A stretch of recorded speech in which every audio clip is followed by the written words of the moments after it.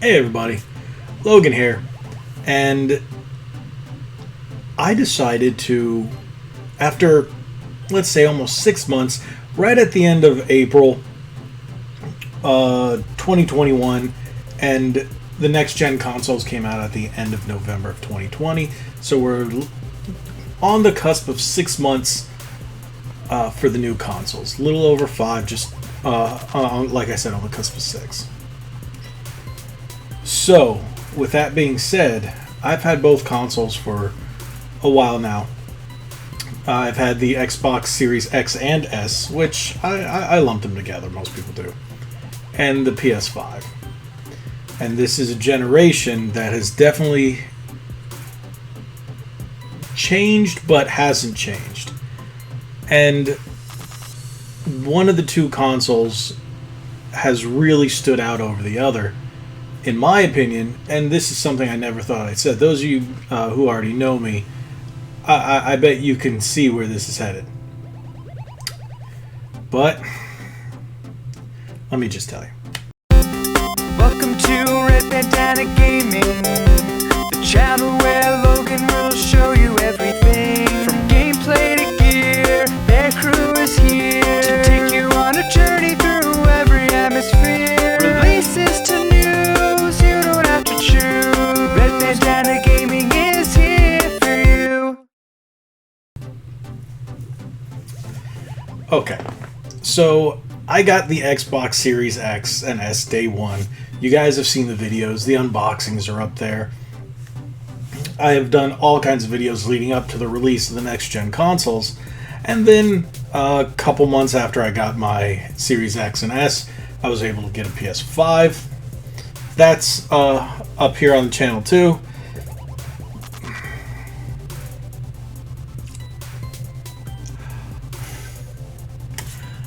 Yeah. My opinions on the consoles have flip-flopped since the beginning. The Xbox Series X is definitely a beast. It is the most powerful. It is the fastest. It is the monster on the market.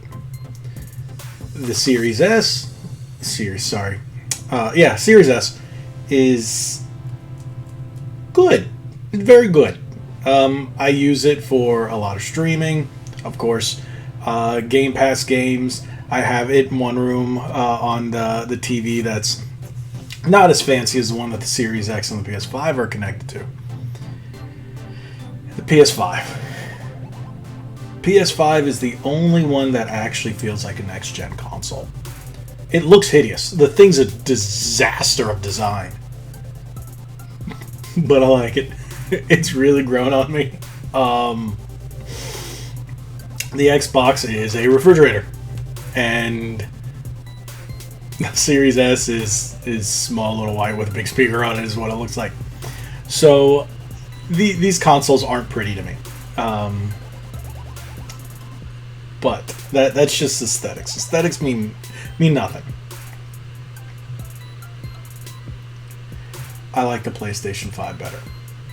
What? Everybody just... Okay, you guys, I know who you are. Your ears are bleeding. You're like, why? That doesn't mean it's going to stay that way.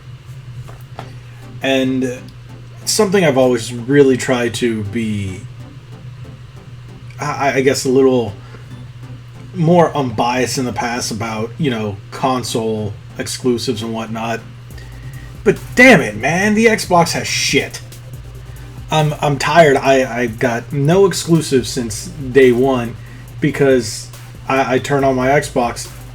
And what I mean by exclusives, I mean Xbox Series X exclusives. Everything can be played on the Xbox One. I don't feel special. I feel like I waste my money buying a console to make these games that people who bought their consoles 7 years ago can still play. Mine just looks prettier. That pisses me off. That makes me feel like I'm not, getting the most out of my money. That Microsoft is going, we know you bought it, but not everybody can get it, so it doesn't matter if you bought it. Everyone's going to be able to buy these games. I understand. But I know you guys out there feel the same way. Well, some of you out there feel the same way. When you buy a new console and you get it at the beginning, you feel like you're part of this exclusive little club that's like, yeah, I got him, and people are trying to get him. I know it sounds like a douchey thing to say, but it was nice to be able to get it. And then, yeah, there are certain games that say Xbox Series X. I think I have 2, but it's not an exclusive. It's that version is only on the Series X and not on the Xbox One. Like, shoot, what is it? Devil May Cry, that's one of them. But I have that on PS5. So, what I was actually doing was buying games on the Series X, and then I got the PS5, and I started buying them on the PlayStation 5 to really compare them. But I waited till things got cheap and went on sale. And then yesterday, I was like, I don't need 2 copies of each. So I was like, which one am I going to play more right now?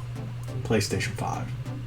So I traded in the duplicates on from the Series X, which were Xbox One, Series X games, whatever you want to call them. Now, I do have all their exclusives, which like Gears Tactics and Falconeer. But the thing is, it doesn't matter. Those games can still be played on PC and Xbox One. So there isn't... I don't mind if something comes out on Xbox Series X and PC. That's fine.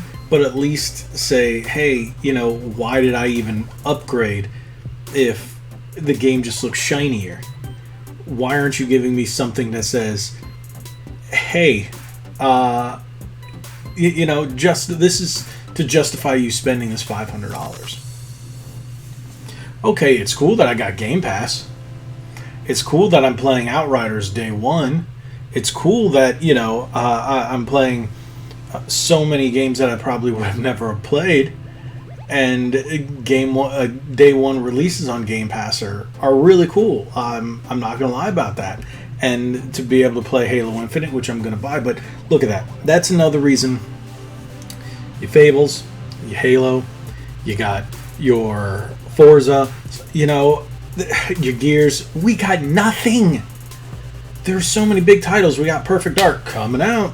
Okay, Microsoft, I love the fact that you guys bought Bethesda. I'm a huge Bethesda fan. I was always a big Microsoft guy. So all those Bethesda games, I initially played them on the Xbox. Not on PC, but on the Xbox. And then Xbox 360.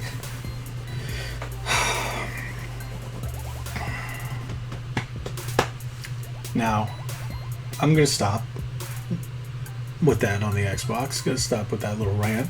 Because the Xbox is a very good system. It's very fast.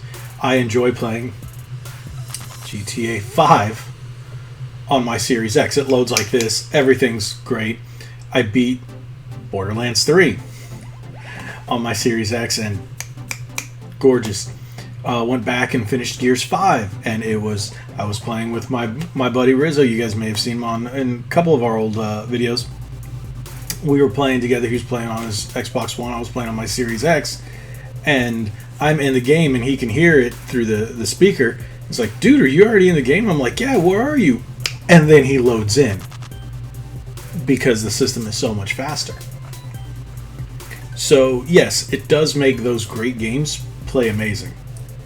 I have, you know, a number of games like Tetris Effect. I'm loving it on the Series X and S. But is it really an exclusive? No. But there are games that I have been playing on the Series X specifically. So there's a lot of great stuff to play. A lot of great stuff to play. But not stuff that original Xbox One owners or PC owners can't play. Doesn't make me feel special. Doesn't make the box feel special. The operating system, it's the same one that I had on my Xbox One X. And yeah, I'm in the Insider program, so I had that Xbox Series X polished version before, you know, even the Series X came out. Doesn't feel any different. The corners are rounded. If you guys have it, you know what I mean. That's it. On all the squares and everything now, they're rounded. It runs a little smoother, yeah. It's faster, it's cleaner, but it's still the same thing. I get it. I'm a big advocate of if it ain't broke, don't fix it. But with technology advances, give us new features. You can still take that amazing controller, that amazing box, and give us new features to take advantage of the speed and the power and, you know, what technology has brought us over the years. But with that being said, the Xbox Series X and S, they really don't feel special, and this is coming from someone who loves the Xbox, who worked for Microsoft because of the love for Xbox. And when I got the PS5, I was like, God, this thing's hideous, but I need it, I want it. You know, everybody's got that fear of missing out. A lot of us do. So when I got it, I was like, man. And I played it for like a week and then didn't touch it. Because there were no games that I wanted. None.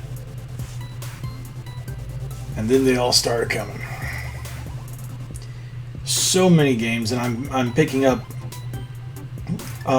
games that I didn't even think I would, and now I'm just buying even remakes like Mortal Shell. I picked that one up, Judgment, because I never owned it, so I picked those two up the other day, and they're not $70, not $60. One was $30, one was $40, and I'm like, okay, I'll take these enhancements. Yeah, I love what, again, going back to what Microsoft is doing in the smart delivery, and, you know, giving us updated versions. But I never played those other two games, so what the heck, might as well pick them up now, and they already have the enhancements. That's cool. So that's what I'm doing on the PlayStation 5, games that I haven't played or haven't touched or whatnot, and I'm looking into them. And now I'm already playing the PlayStation 5, and that's another thing.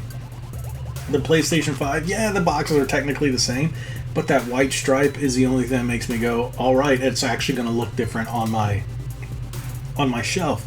Xbox Series X, it's the same thing, but now they just got rid of one.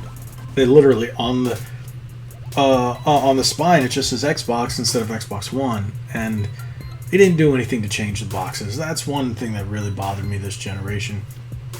The boxes aren't any different. At least Sony did that white stripe. And otherwise, we got a little black bar on the front. No, on the Xbox, we got a little sticker. We got a damn sticker. Let me tell you how I really feel. I love the consoles in terms of power and what they can do. But the PS5 actually feels like a new console. Feels fresh. It feels next gen. The UI is a million times better than the PS4. I did not like the PS4. I thought the PS4 was a very poorly designed system. I thought the user interface was sluggish. And a lot of people think I'm crazy for saying how bad the PS4 was as a machine, and it was. The Xbox was just built better. Microsoft continued supporting it, making it better. Sony was like, whatever. And what it seemed like they were doing, they were still listening. They just kind of took everything in stride and decided to put it into the PS5. The user interface is much smoother, much better. I mean, even downloads are faster, but that's really an infrastructure thing on their network end. And we know why. They worked with Microsoft with Azure, but that's another story. But that controller, it's all in that controller. The DualSense is leaps and bounds over the previous DualShocks. The DualShock 4 was a piece of junk. It was light, it was cheap, it felt like a toy. The DualSense is where it's at. I really like the controller. I like the way it feels. I like the triggers. It takes some getting used to when you're playing Spider-Man. Not Miles Morales, I'm playing Spider-Man Remastered. Peter Parker, he's the man. Sorry, I'm a big Peter Parker fan. I could relate to him. So I was playing that one. So I'm going back and beating it on PS5. And then pulling the triggers, I'm like, oh, you gotta pull a little harder and make it. And then you still get that little speaker in the controller. And I really like I like the little nuances. I like the little effects. I like the rumble where the Xbox controller is nice. It's finally got that share button. They got rid of some superfluous edges and design. I guess design thingies or whatever you want to call them on the Xbox controller, where the edges are a little more rounder. You got the triggers, but why didn't they just make the standard Elite controller the standard for Series X? I don't know. They didn't. So I just feel I enjoy playing the games a bit more on the PS5 because the console actually feels next gen. And holy crap, they gave us Bugsnax and Oddworld Soulstorm for free. For free. Next gen games for free. If you're a PlayStation Plus member, you got them. And you get to play them months and months before they come out to anybody else. And even if you don't have a PS5, you can actually log into your PlayStation account on your PC, add them to your library before you even get a PS5. So if they're giving away free PS5 games, yeah, you can do that. Make sure you do that. Think ahead. I don't know. Xbox Live and Game Pass, or Xbox Network and Game Pass, is a beast to be reckoned with. It's great to play new games day one. That's where I played MLB The Show 21. That's where I played Outriders. Downloading a number of other games on there, some indie games. And it's cool to be able to play those there. And if anything says it's true, Battlefield 6 is going to be there day one with EA Play and Game Pass. And that's where I'll play that too. But if it's a game and I'm going to buy it, and it's coming out on multiple platforms, I'm really going to take a look and see which one I'm going to get it for. And I don't know, PS5 is the way I seem to be leaning right now, and that's a little odd for me. But this is someone who's really taking the actual hardware, the advancements. I will say games do look better on Series X, especially if you have the right TV. But is it enough to go like, oh my god, it's so much better, the PS5 is just... No, not at all, not in the slightest. I have a great TV, both display very well. I think, the games run fine on both. They run beautifully. And when I'm in my game room, I have my Series S in there, and that's where I play all the time. But in the living room, I have the Series X and PS5. I'm usually grabbing the PS5. But maybe that's because I'm playing the Series S when I'm in my game room. Maybe that's part of it. And the convenience factor with Game Pass and everything's digital there. I don't know. But as of right now, if I go into a store and a new game comes out, I'm buying it on PS5. I don't blame him saying that. Thanks for watching, everybody. If you haven't already, hit that subscribe button. Tell me what your opinions are, what conclusions you've come to. If you have both consoles, what do you think? Were you flip-flop like me? Did you start with one and then go to the other? Did one change your mind over the other?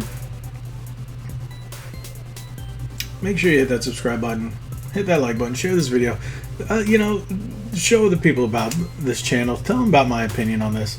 If not, and I want to hear if anybody else has gone through the same thing, has been, diehard Xbox fan, but the PS5 really made you go, just like me. But I still love the Switch. Still, not gonna want to get my Switch right here. I always got my Switch. Got one here, and then as you're looking at it, boom! I've got Switches all around. But thank you guys so much for watching. If you haven't already, visit our website right there, redbandanagaming.com. We've added some new things up there. We got, I just secured some great new, I guess we'll call them opinion pieces on video games, on a number of narrative-based, story-driven titles. So we're going to have some new articles up there over the coming weeks, which I think will really be good. I'm actually looking forward to reading those. And make sure you follow us on our socials. Head on over to our new spring.com, because it used to be Teespring, but link is in the description. We've got all kinds of new stuff up there. I had to recently revamp the entire shop. So there's new shirts, new designs, some other stuff coming, because I think I'm feeling my artistic bones coming out. Instead of just our logos, I want to do something fun, something cool.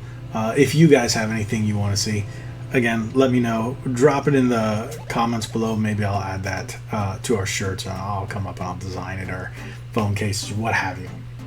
Thank you guys so much. Again, if you haven't already, hit that subscribe button. We're almost at that 1,000 subscriber mark. If you guys hit that subscribe button, it will really, really help us get going. Thank you guys so much. Like we always say, be legendary, and thanks again.